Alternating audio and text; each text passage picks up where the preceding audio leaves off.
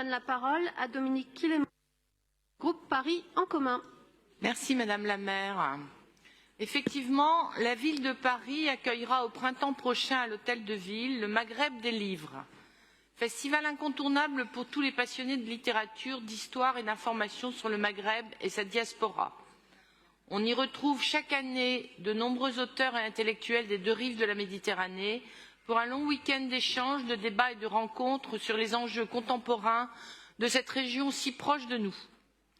Sans équivalent en Europe, le rendez-vous est un rituel précieux au public fidèle, heureux de se retrouver autour de cafés littéraires, de dédicaces et d'entretiens avec les auteurs, dans une effervescence culturelle que la crise du Covid avait durement éprouvée.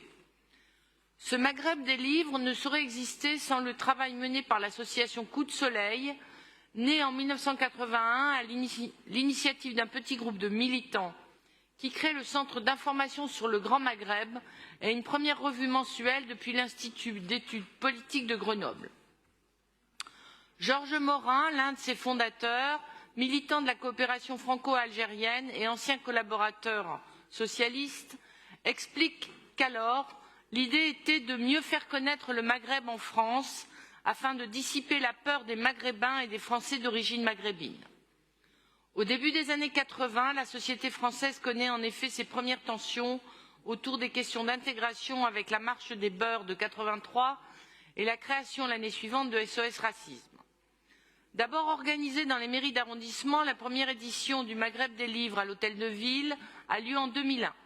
Quelques semaines après les attentats du 11 septembre, le rendez-vous était déjà marqué par la lutte contre l'obscurantisme. Aujourd'hui, alors que les discours racistes et haineux se banalisent dangereusement, ce festival littéraire apparaît comme un formidable antidote au repli sur soi. Quoi de mieux que la littérature pour s'ouvrir aux autres, appréhender les différences et faire vivre cette culture commune à toutes celles et ceux qui vivent au Maghreb ou qui, en France, ont des attaches avec cette région.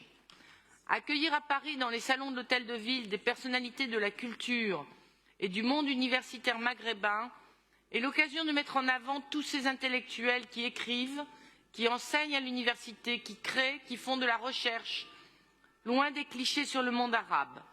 Nous souhaitons plus que jamais faire entendre leur voix dans le débat public. Est-il nécessaire de rappeler ici à quel point le soutien à la culture de nos pays voisins et frères de la Méditerranée est un rempart contre la déraison, la folie, la barbarie qui nous ont touchés et peuvent encore nous toucher ici à Paris. Je vous remercie.